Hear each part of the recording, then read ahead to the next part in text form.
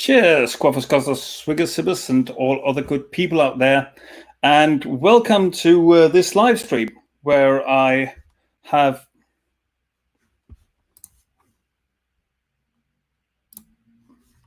Shane Isgrig on the channel as a guest. Shane is the host of the Atheist Vanguard show. He's an atheist which is under the Atheist Community of Austin. He is an atheist activist employing the methods of street epistemology. And Shane is on the show as he has become involved in the work I am also involved in, exposing the Danish preacher and cult leader Torben Søndergaard, who is operating in the US through his cult, the Last Reformation. Torben Søndergaard has a track record of ruining people's lives economically, mentally, and physically by the use of faith healing, exorcism, glossolalia, and baptism. Documentation of this is abundant and can, among other places, be found on my channel. This weekend of the 21st and 23rd of the weekend of the 21st till the 23rd of February, Torben had arranged one of his Kickstart events in Austin, Texas, literally in walking distance away from the ACA headquarters. And this is where Shane enters the story. So Shane, you attended the Kickstart in Austin. I sure did. I sure did. And it was definitely, so first of all, I do have to thank you, Kai, for informing me about this event, because it's only because of you that I knew it was going to happen in the first place. You posted in the Atheist Experience Facebook group that this was going to be going on. And when I saw this, I hopped on that. Like, I wanted to get on this before any other activists did. I wanted to attend this meeting and see some of these exorcisms and faith healings, especially in person. And being there to see it in person, because you've seen videos of faith healers, most people watching probably have, but when you see this in person, it is a level of psychological manipulation that is almost unexplainable, but only almost. Okay, that's very interesting. Before we start with all that, I'm also running this as a beer channel. So what are you having? I'm having myself a Guinness Foreign Extra Stout.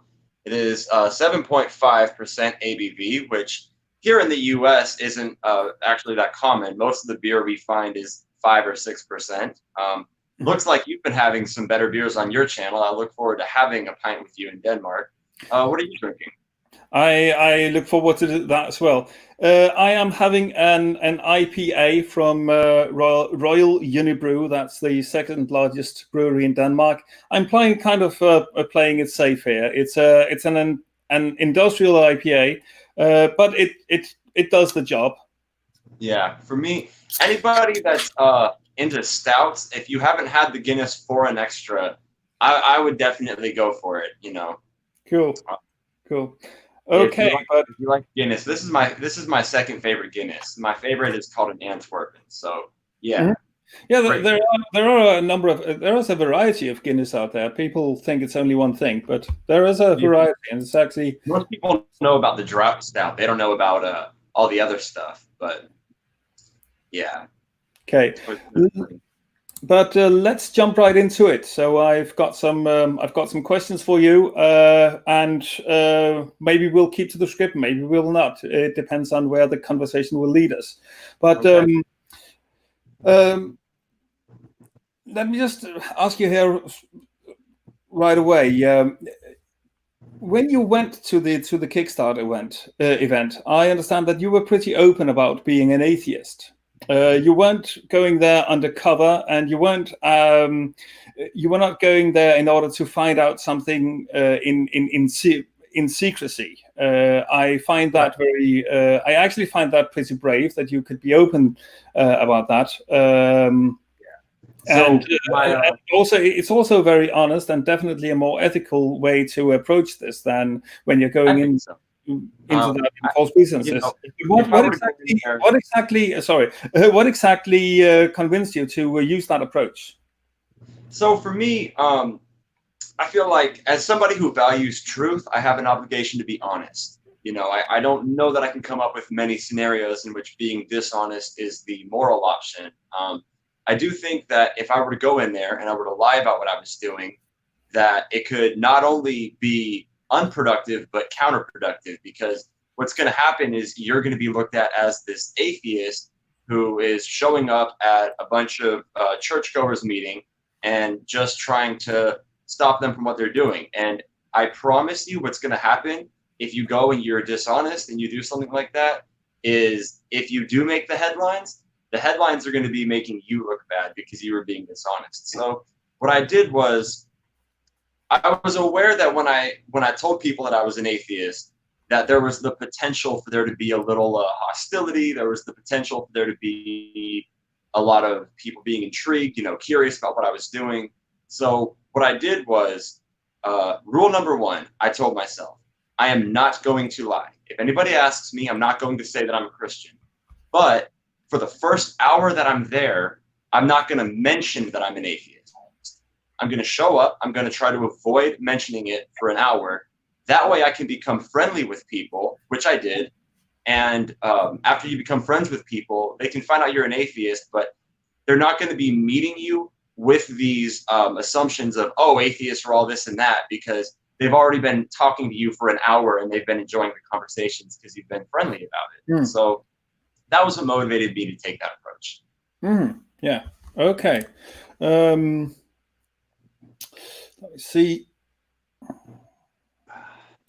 Okay, so, well, why don't you just tell in your own words, kind of chronologically or in whichever way you would like to go about it, the story in your own words. What were the first impressions when you came there?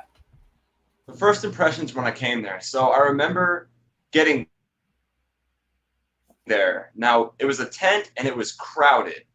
Now, this wasn't in some kind of arena. This was at like an auto store that put a tent outside. So they had enough space, but they barely had enough space, and they were kind of blocking other businesses, and other businesses were actually a little bit frustrated with them, as it appeared. Like I said, I went in with the approach of not lying to anybody about what I was doing. I went outside. I went with the producer, also sometimes host of Atheist Vanguard, Ben Esteville, and we went out there, and he was outside. He didn't go inside, because I actually went inside and watched one of Torben's sermons and got to watch Torben tell the story of how he learned to do faith healing. He gave a little bit of instructions. He actually, the point of this Kickstart was to teach the people there how to do the faith healing themselves, not to just do it in front of them. And that's a lot more dangerous. So I go outside and I go up to Ben with these Christians that I was with. They're all asking him about what we're doing. And I guess they didn't realize, like in that conversation, that Ben and I had showed up together. So somebody agreed to an interview and didn't realize that I was an atheist till Ben handed me the microphone. And I started saying, okay, so when I interview you, I'm going to ask you about this, this, and that. And then people were like, wait, you're an atheist? So there were like 5 or 6 Christians that had already been talking to me that were just like, wait a minute, you're an atheist? So, we were already on friendly terms. And I would still, if I saw the people today, they were really nice people. I don't think they're bad people. I think they're victims of bad ideas. So I interviewed somebody there. I end up being told that Torben Søndergaard has the ability to feel, for example, autism. He said they have told me a story, and I've seen a testimony of him healing somebody who has Asperger's syndrome, which is a form of autism that I actually have. So I was curious, what happens when an atheist with Asperger's gets faith healing? So do I. I also have that diagnosis. Oh, really? Okay. Yes. It's interesting. I was unaware. So I'm seeing this, and when I watched the testimony of the guy who said that he had Asperger's, and now he doesn't. And I had to think to myself, scenario 1, this guy never had Asperger's to begin with. He did, and he still has it. And it was scenario 2. Mm-hmm. I could tell very clearly it was somebody who still had it, who had convinced himself that he didn't. And listening to the reasons why was very clear that he was manipulating himself into believing in it.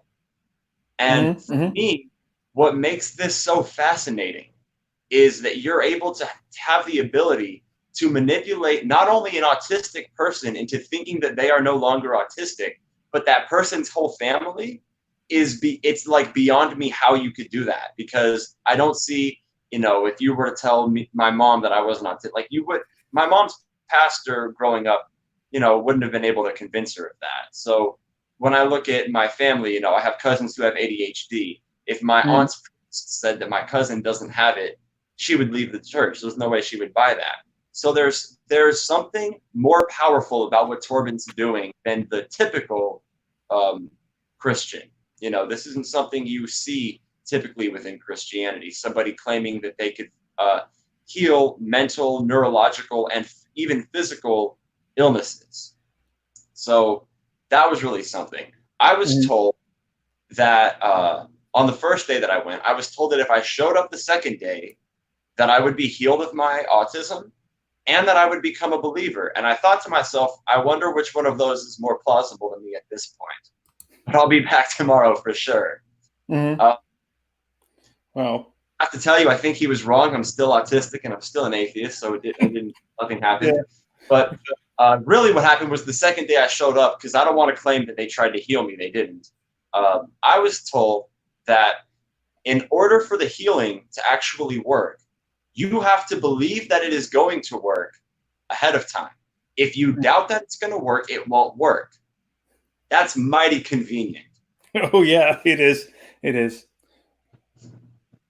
And I think to myself, I can fly. Just close your eyes.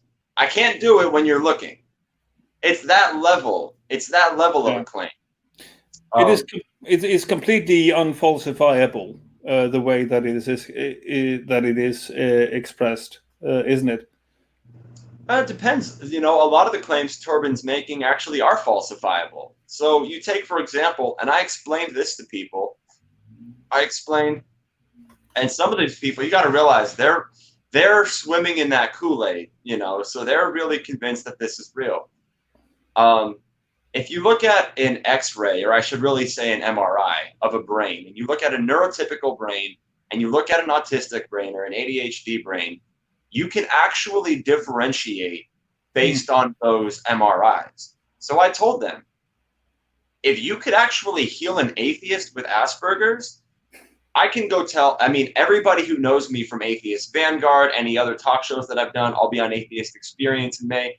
I can go tell my story to all of these atheists who know who I am. There are plenty of people. God has a spotlight right now. Heal me, because I can go get an MRI. If you can prove to me, because if you can heal me, I'll go get an MRI. If I'm no longer autistic, that will be verifiable. I'm not going to waste my time with the MRI because no one tried to heal me, because I don't believe it. But then I start wondering, what if my lack of belief is a result of the autism, in which you would be able to heal? Can't you heal my atheism, if anything, But a lot of the people, sadly to say, not all of them, some of the people became a little bit suspicious and hostile after they found out that I was an atheist. Okay. There were a lot of people that came up to us. We had our camera on a tripod and I was interviewing. We had a lot of people come up and ask what we were doing. And it was very hard to give an answer that was satisfying to them.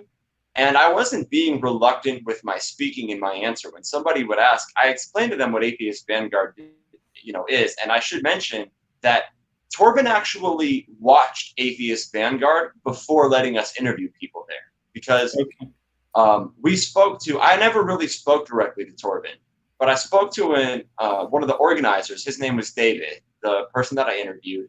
Absolutely awesome guy, by the way. I told him, we don't, we're not just there to interview people and then go, wow, look at these stupid Christians. Our show, we get ideas from people that are atheists who believe in karma, Satanists, Buddhists, haven't had any Hindus. I've had a Muslim. We've had countless different beliefs, different denominations of Christianity. You know, we're really interested in what it is people believe and how they arrive at the belief being true. That's why I do street epistemology.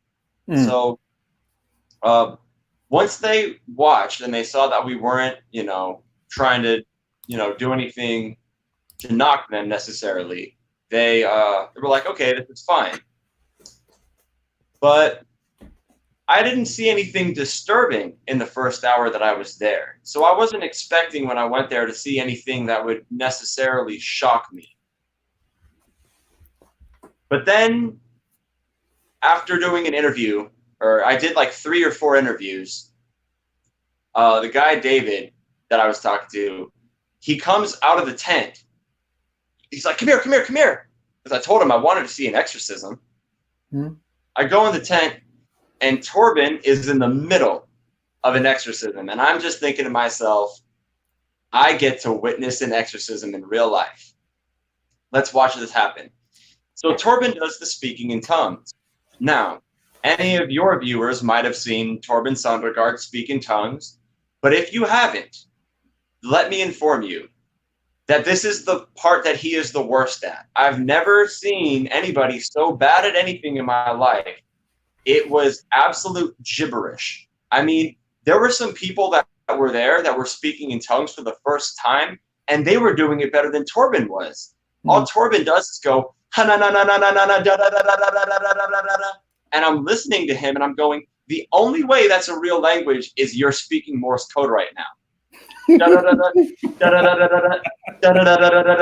the only way that's Morse code, and I don't think I believe that. No. And so it was absolutely insane to watch. So he puts his hand on this lady's head. He does this, right? She falls, conveniently slow enough to not hurt herself, I should mention. You've ever seen somebody watch any faith healing video? When people fall, you can tell they're falling very, very carefully. They're not falling. People really fall when they get knocked over. So this lady falls, and the guy David tells me the demon just came out of her. I said, that demon just left her right now? He's like, yeah, did you see her fall? But then Torben goes on the ground and he goes, come out, evil spirit, right now. Come out, evil spirit. And then David immediately goes, oh, there might be more than one. Yeah, that talking about convenience again. Yes, talking about the convenience. Oh, maybe there's more than one. All right, then someone else will go, oh, this is a really strong one. But then this is the part where a little bit of the hostility began, because I asked a question to this lady. I asked, because I'm curious, if he just cast a demon out of her, right? And we're in this tent with about 400. Torben's saying there were 500 people there. I'm not going to count. I'm going to say 400, maybe 5, but I'm going to say 400. Okay, yeah. There are 400 people in this tent, and a demon just left somebody, and I'm wondering, well, where's it going to go? I mean, he's out. He's out and about. What's he going to do? So I asked this lady, when the demon leaves him, can it enter somebody else? And then she says, only if you have an open door for it. And I'm like, okay, so you're saying that somebody might have just got possessed in here today. And she says, only if you have an open door for it. Then she asks, do you choose to have an open door against God? Then don't worry about it. Then she says this. She goes, if you choose to have an open door, then worry about it. And I was like, okay, so you're saying that somebody in here might have just got possessed. And she said, no, I didn't say that. I said only if. And then I realized that she was saying yes, but she wouldn't admit it. So she was being hostile. I just wanted to end the conversation. I told her, okay. That was that. So that's the first exorcism. Then somebody else comes up. He goes to do it to them. I decide I'm going to get a little bit closer. So I walk closer. I'm in the middle. They have chairs on both sides of this tent. And there's a row, like an aisle you can walk through in the middle, right? So I walk a bit closer. And all of a sudden, Torben says, everybody who needs healing, come into the middle right now. And if you need to be prayed for, raise your right hand, and someone's going to come to you, and somebody's going to pray for you.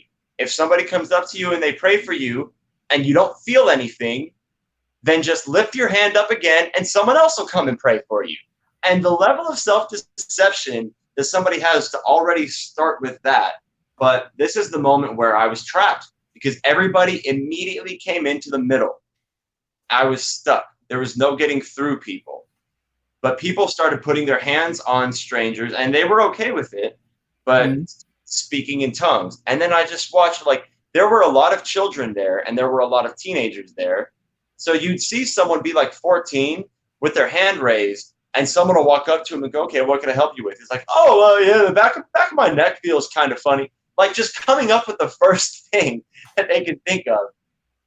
And I have to say the teenagers didn't seem to be buying it nearly as much as the adults were, which made me a little bit happy.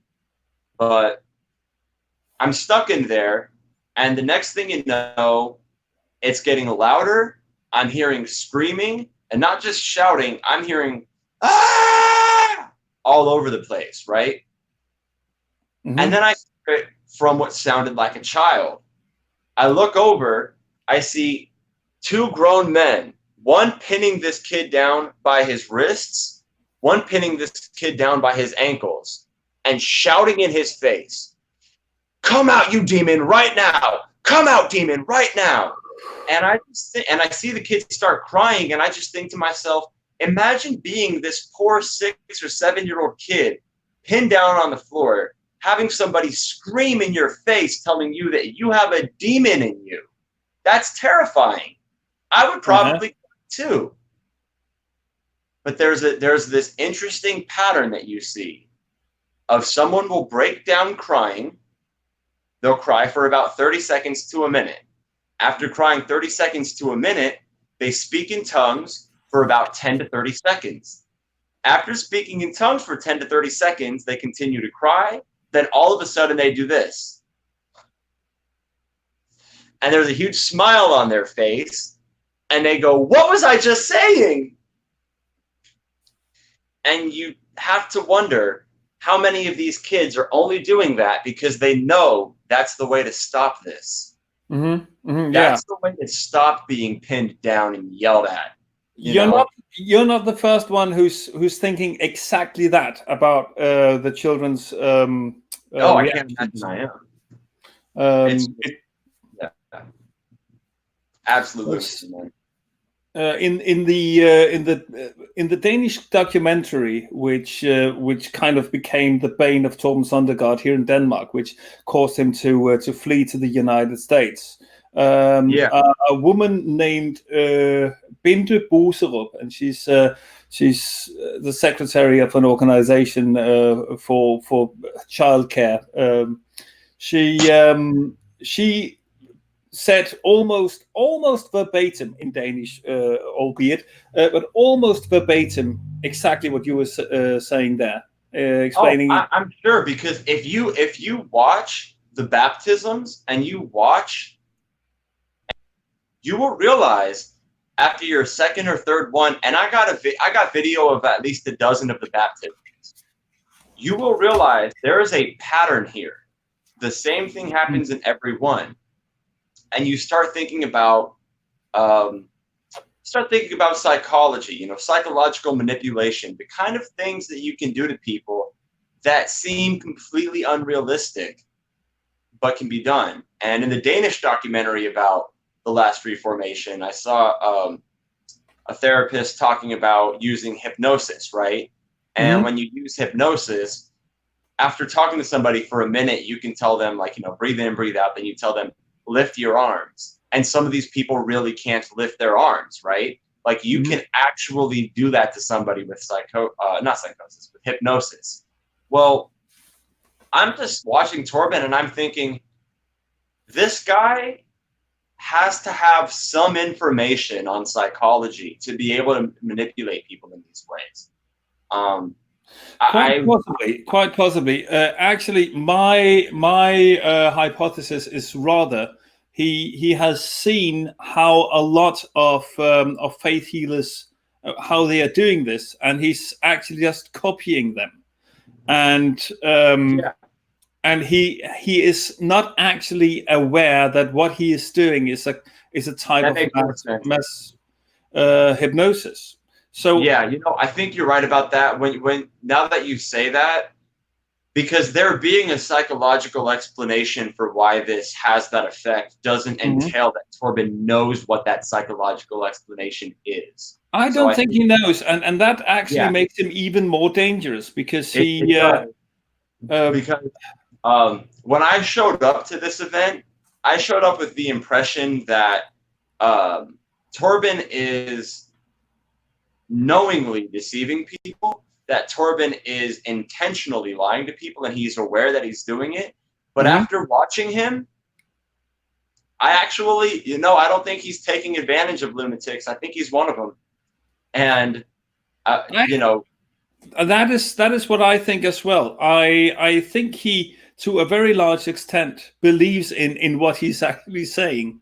Yes, he definitely believes in it. And, well, I don't say definitely, because as you might be aware, since that Kickstart, between that Kickstart and now, Torben Søndergaard has been in the hospital.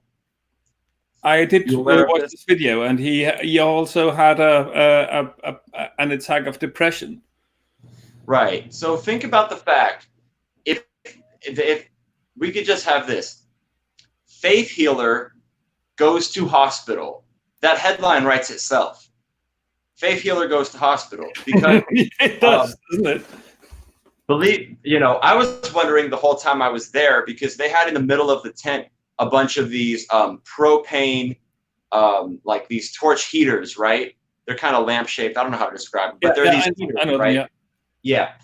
Well, this tent is crowded full of people, and I was thinking, this is a horrible fire hazard. If one of these gets knocked over, people are going to get hurt. But then what would the headline be? The headline would be, faith healers suffer severe burns, unable to recover, and but somebody that I interviewed, and I'm not sure if it was David or if it was somebody else, but I was contacted by a brother of somebody that I interviewed, because I gave out a card when I was there, because the Atheist Vanguard, we actually have, and I can show the camera real briefly, you can see, we have these cards, these Atheist Vanguard cards. On the back of it has the Atheist Community of Austin's email address, all of that good stuff, right? So somebody emailed the Atheist Community of Austin asking to get a hold of me and wanted to talk to me about what happened. And he said that the guy that I interviewed, his brother sent me this message saying that this guy that I interviewed, his uncle manipulated him into going to the event without bringing his insulin, his pump, or his medication. He's a diabetic. Well, this guy later went into a diabetic coma, and no one at the event would call 911 for him. Yeah. But as soon as Torben has an attack, Torben gets to call 911, and this is where it becomes bizarre to me that no one else is skeptical of this, because when you go watch the video on Torben's channel where he talks about being in the hospital, you don't see any comments of people going, "Whoa, I thought you could heal that." Nobody. I commented and I said, imagine being so deceived that you see a faith healer go to a hospital and you still believe him. The response that I got, Jesus could walk on water, but he still used boats. Well, fuck me, you win. Yeah. So your comment, just one question to that. Your comment wasn't deleted, was it? It wasn't. No, you can find it.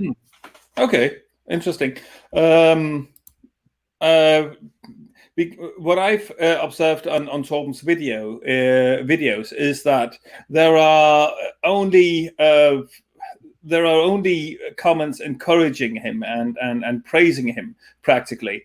you have to go very, very far into the comments before you can find anything criticizing him. So I actually thought that he was deleting critical comments, but it doesn't seem that he does that after all. It's just only very, very few people who are actually criticizing him. Right. And when you have the number of comments that Torben has, it is difficult to actually go through all of them, because I can tell you firsthand, an Atheist Vanguard isn't a show that gets an insane amount of views and comments, but we get enough comments that I can't go through them all. If I wouldn't be surprised if there have been some criticisms that I've missed, but it does shock me that when he went to the hospital, the criticism was so little that you couldn't find it. Yeah, it is. But it's been 3 days and my comment still exists, so I don't think he's deleting them. At least he hasn't deleted mine. Okay. Credit where credit's due, I guess. I want to stay a little on the subject of this diabetic guy. So just to make it absolutely clear, were you actually interviewing the guy who had the diabetes? Yes. Well, the guy that I interviewed, at the time that I interviewed him, believed that he had been cured of his diabetes. Okay. And that's why he didn't take his insulin or his pump, because his uncle told him that if he really believed in God, that he would know that God would cure him and he wouldn't take his medication. So you actually have that interview on tape? I have an interview with the guy, yes. And if you go and you watch Atheist Vanguard, the episodes are not out yet, because any interviews we do, it takes about a month or two for the episodes to come out, because we record, for every time we record. So when you watch me do interviews and you watch me get preached at, keep in mind that the guy preaching that this works to me later went into a diabetic coma as a result of what he was preaching. So yes, I'm curious. I'm trying so hard to get a follow-up interview with the guy, because I just have to wonder if you have me interview you using street epistemology and this happens, you have more than one reason to have a little bit of doubt. But when I interviewed him, when I asked him this question, and this is probably one of the best questions that I asked when I did street epistemology, was, let's try to imagine that there is a group very similar to the Last Reformation. You have a leader just like Torben making the same claims that Torben is making, but that person is either lying or is simply wrong. Do you think that that person's followers would be equally as confident in their belief as you are in yours? I asked the question 3 or 4 times, and he either didn't understand the question or willfully ignored it. Then I asked him what somebody in a group doing the same thing would think about him. Do you think they would think the same thing about him? And again, when I tried to ask him, do you think there are people who believe that they are faith healing, who have just as many followers as Torben has, but are simply wrong? It was like the idea didn't register to him. His idea was, you're either doing this or you're not doing this. Okay. And it was interesting to point that out. Okay. I would like to go a bit more into detail with the case with the diabetic guy, because it is extremely, as you said, he went into a diabetic shock, which is actually coma. Yes, I should mention he is out of the coma now. He's doing better. Okay. But that is a life-threatening condition. This is some serious stuff. Yes, I'm sorry for this. My brightness down a little bit just so my battery doesn't go down. Okay, cool. Sorry about that. Anyway, of course, you do anything that'll keep you on the stream, of course. So what I want to clarify is what was this guy? This guy was actually promised that he could be cured of his diabetes, I understand. Yes, he actually described the feeling of being cured of the diabetes.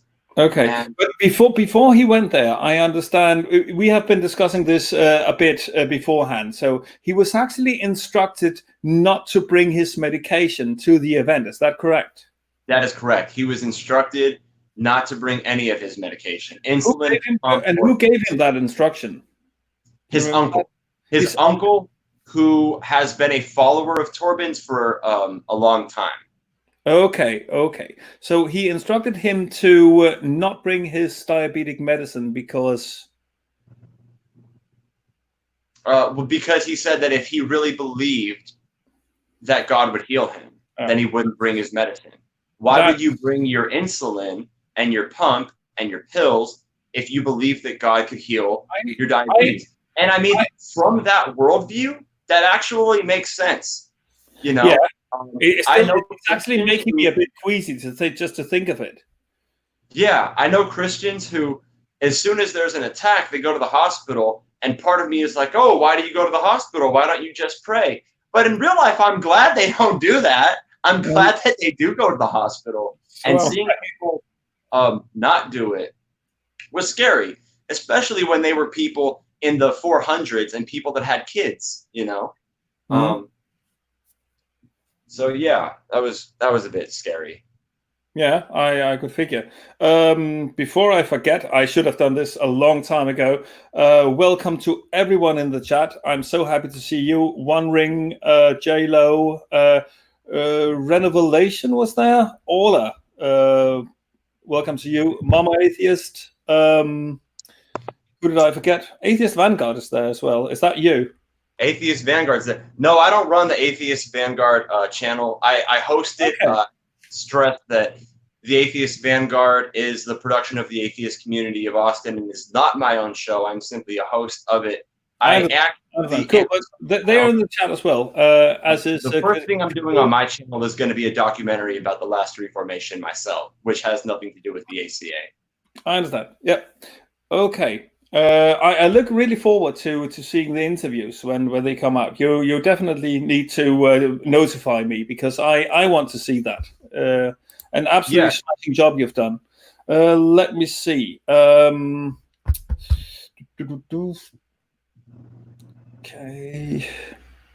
So how long did it take before this guy who went to a diabetic coma actually got help?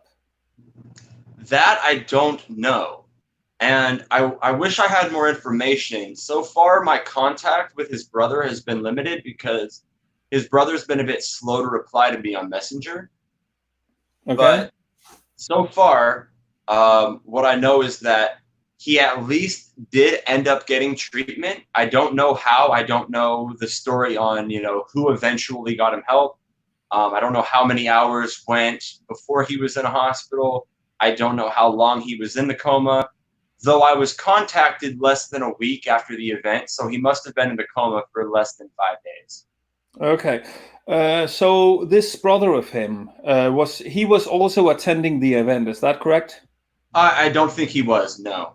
Okay, so he might not. The brother of the guy who had the diabetic attack might not be an affiliate of the Last Reformation. Do you know anything about? I have no reason to believe that he is. In fact, I have reason to believe he isn't. He referred to the Last Reformation as a cult when he messaged me.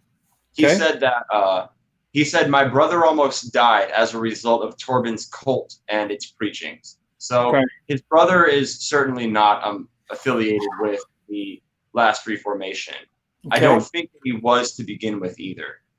But I know that the guy that I interviewed must have found my interview or my channel or the Atheist Vanguard relevant enough to mention to his brother because I'm curious about how that got brought up. But he gave him my card, and that's how I was contacted. Okay. That's a pretty heavy story. Yeah, it was intense. Shane, you're extremely good at answering all my questions before I actually ask them. As I did mention before, I feel like, I get into one thing and I just run my mouth for a minute. So Hope I don't do too much, but hope I give you. No, you're doing absolutely fine. As I said, you're actually asking my question. You're actually answering my questions without me even asking. I'm a lot better at doing the interviewing. I'm new to being the interviewee, so I'm glad to be. I'm glad that you have good feedback for me. Oh, definitely. Some details that I have put down. I'll ask you a couple of questions which I want to come into just briefly, and after that I'll take questions from the chat. So what I'm going to do now is just going to write a comment in the chat, and anyone who has questions, just put your questions after the comment that I'm leaving now, and that's how I'll see which questions people might have. And I also want to thank anybody in the chat for asking whatever questions you do ask. Thank you for partaking in the conversation ahead of time. Mm-hmm. Okay, so what I wanted to know, as you did say, this event was taking place in a garage. It's called Brink Motorsports. And as I understand, but yeah, it was the store, kind of like a garage, and they had a tent outside. So yeah.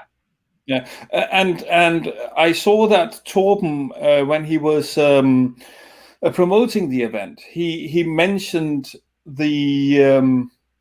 he actually mentioned the company as the venue for it, that it would be taking place at this company. So did you see anyone from the company who, I mean, wore clothes which was pointing to them working there or anything like that? Yes, I did. The people who owned the company, they were taking care of things like, they were walking around seeing if the heaters were too hot, if people needed drinks. They were kind of helping manage the event for sure. Okay, they also told us. I should also point this out. When they were talking to Ben and I, and we explained to them, like, we're not here to crash your event. We're here to ask a few questions. There's a reason we're only doing interviews outside. We don't want to disrupt your event, There were some people who told us, like, okay, we just wanted to make sure no one wanted to disrupt, and we do have something planned for that. And when I heard them say, we have something planned for that, I thought, okay, these guys have a plan for if somebody tries to come here and shut this. You know what I mean? So okay, it was a little bit scary to think, like, okay, they're prepared for danger, I understand, yeah, but I can't help thinking somehow the management of this company must be in on it, I guess. Oh yes, no, the management, they're members of the Last Reformation. Actually, I should mention the guy who messaged me, who was the brother of the guy that I interviewed. He said that a relative of his worked at that company, Brink Motorsports. So the people who worked at that company, the reason why they hosted the event was because they were members of the Last Reformation. So they were not only doing it for the Last Reformation, they were doing it as members. Wow. Okay. Another question, and then we'll skip to the questions from the chat. Right. There's a participation fee of $10 for the event. However, you can actually get a refund on that. Yeah, Did you get your refund? Yeah, you can. When I went in, I didn't realize you didn't have to even make the donation in the first place. But when I walked in, you might have heard me say in the beginning, and I'll repeat for any of those who tuned in later, when I showed up, while I never wanted to deceive anyone, I wanted to wait about an hour till I gave myself away as an atheist. So like I said, if I was ever asked, then I would be like, okay, yes. But when I showed up, I wanted to not mention it. So when they asked me, do you want your refund or do you want to keep it as a donation? I was still trying to not give myself away just yet. So because I wanted to make friends. So what I did was I let them keep the donation. It was $10, so I figured fine. Yeah, it does hurt the soul that I don't have that I gave $10 to the Last Reformation. I apologize to anybody watching that I did that.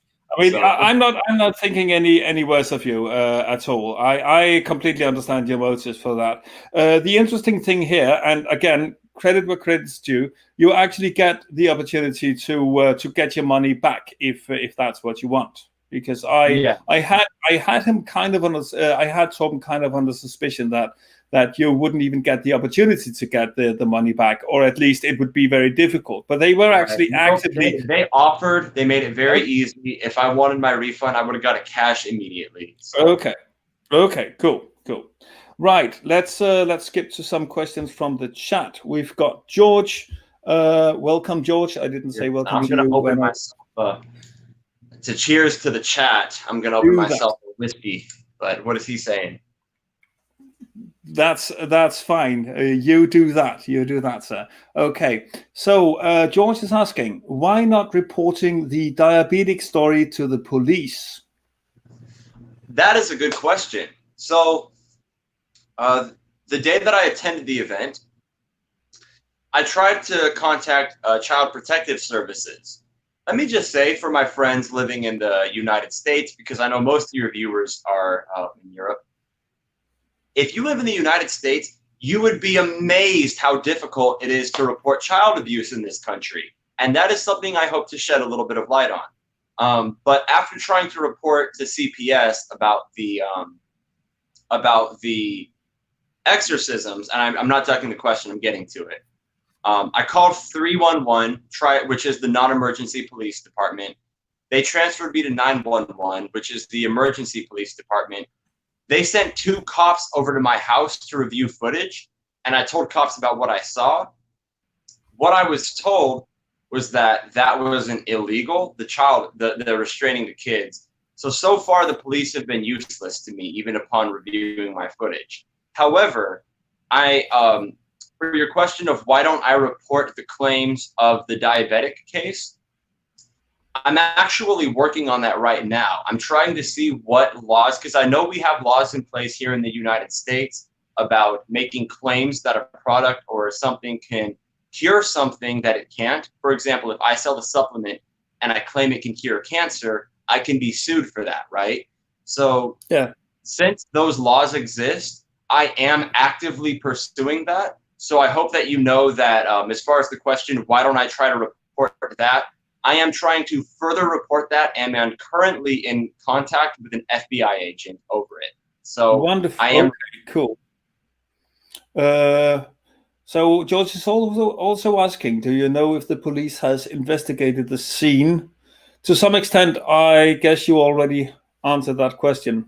I half answered it, but I'll just give the other half of that answer. So I tried to get the police to show up the next day because I told them, if you show up to this event tomorrow, you will see child abuse. You will see something illegal you can stop. Unfortunately, I didn't have enough information for them to go off of. They asked me to go again and report if I saw anything, but they were already being useless.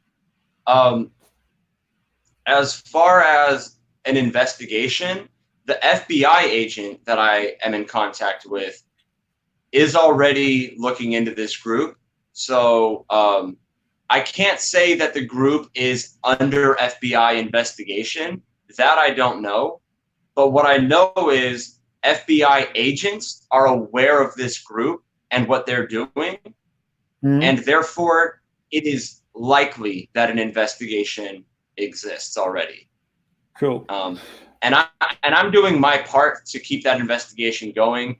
I'm actually, when I look at what Torben's doing, there are so many things that I look at, the claims of having medicinal properties that aren't demonstrable is a crime in the United States when done with medicine. So I'm trying to see how we apply that to faith healing. The problem becomes when people protect religions. And it might not have been helpful. The officers I originally talked to were Christian themselves. I'm going to ask to specifically speak to police and FBI agents who are secular and see if they help me work from there. But yes, as far as I know, I think the FBI and the police are aware of this group and what they're doing. Cool. Okay, next question from Jay Love. I'll put it on the screen for everyone to read. Are there no laws in the US that can protect children against this kind of abuse?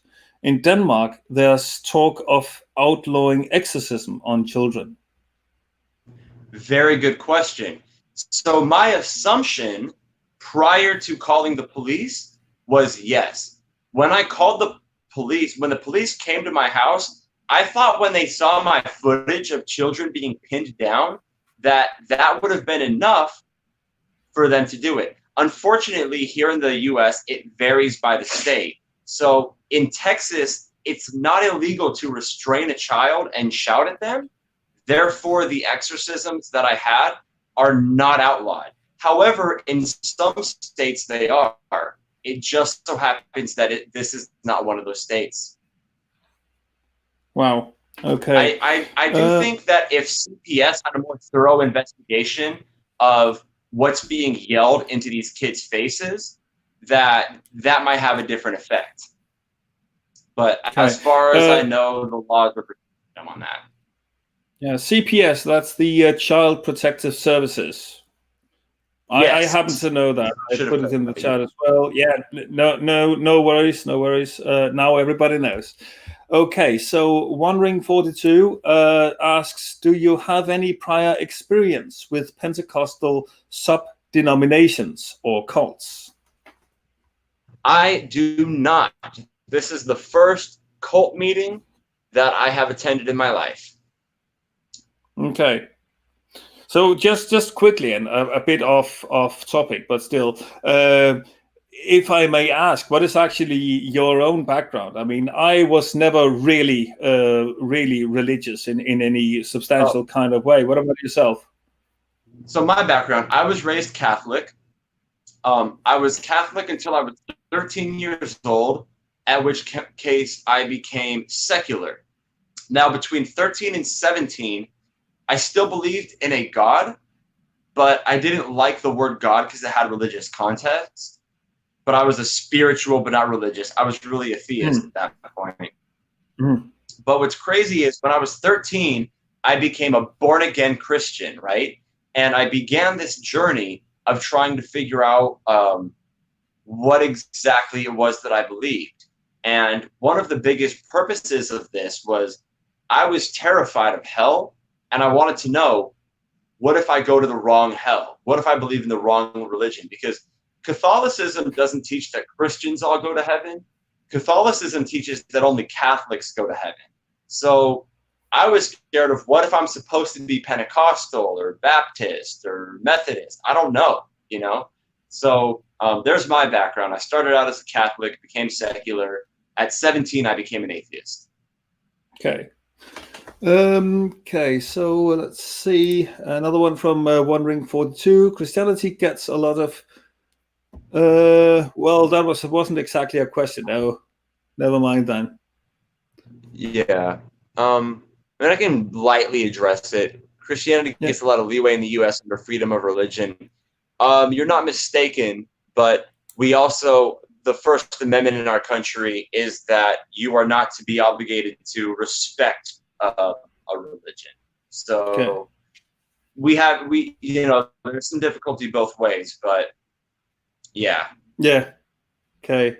Atheist Vanguard, let's see. Do you know if anyone said they were not rid of demons after an exorcism? What is Atheist Vanguard? Do you know if anyone said they were not rid of demons? Do you know if anyone said they were not rid of demons? Nobody claimed that after an exorcism they were not rid of demons. But what I had was people say, I asked during an interview for Atheist Vanguard, the channel which just asked that question, I asked if somebody were to smile, like we talked about earlier, just to get out of this, do you think that somebody has ever done that and that you'd be able to tell the difference? To my surprise, the guy answered, I'm sure it happens all the time that people lie to get out of it. And, they are not actually rid of the demons, that they lie to us during the exorcism or the baptism, and we don't know about it. And that was a level of honesty I was not expecting. So let me give credit to the honesty there. Hmm.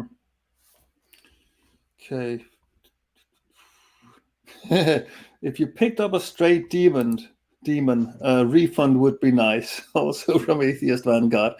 Not exactly a question. But... Yeah. Well, according to that lady in the meeting, I should say that I could have got possessed because she asked me, "Do you have an open door?"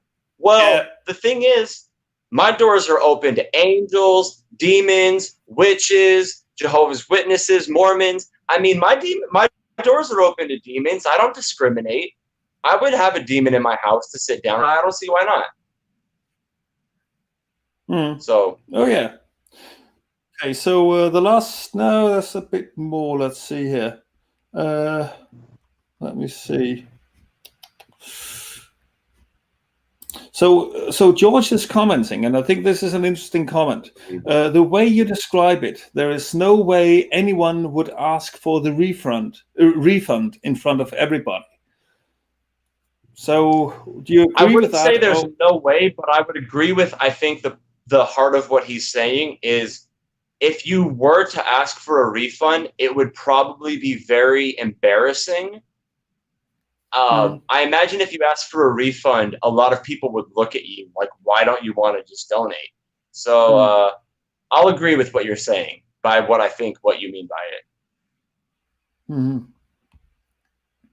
Okay. J. Lowe has a good point here. Not exactly a question, but let's get it up on the screen anyway. Torben used the fear of having children removed as a reason for leaving Denmark. That's worrying that he feels safer abusing children in the US. Yes, Torben does feel a lot safer in the US, and he made that very clear during his sermons. Okay. Torben expressed that the United States, he said that Texas is one of the most religious places he'd ever seen. He said he's never seen God work the way that he has here in Texas. Okay. Especially since he said he's never seen so many churches. He's never seen so many translations of the Bible as there are in this country. So, yeah, Torben is certainly seeking the U.S. out for that opportunity. You're not wrong there. Yeah. Okay, let's see if there are some more actual questions. There's a bit of discussion. That's good. It's wonderful to see people being active in the chat.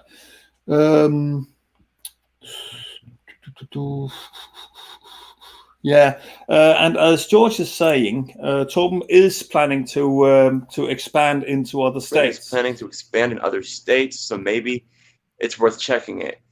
Yes, he is, and yes, it is worth checking it. Definitely, and what he's doing right now is trying to set up a house church movement. So, and as far as I see it, and you have to know a bit about. I don't know if something happened to your mic, Kai. I don't know if it's my stream. I don't hear you right now. What about other people? Can you hear me in the chat? We at least got to the Q&A, so we were at least at the end when this happened. Can somebody comment in the live chat if you still hear Kai, because I lost volume?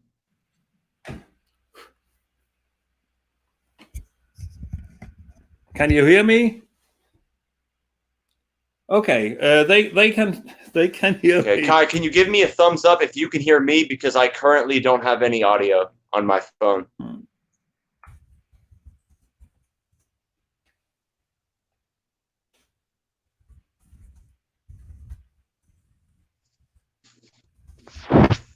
Yeah, this is difficult.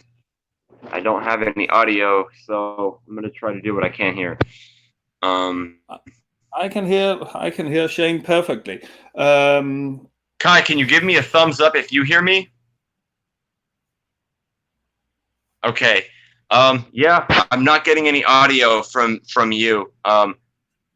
Is anyone in the live chat clarifying if they're getting audio or if mine is just cutting out? Because I don't know. Okay. Well, they can hear both of us. I currently am not getting any audio, so I'm gonna have to summarize. And since you can still hear me, I'm just gonna give it a little bit of a closing here.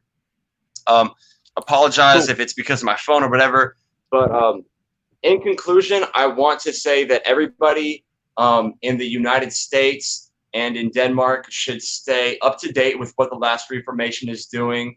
I think it's a little bit scary to see people convince people that they can cure them of illnesses without any demonstrable evidence that they can do so.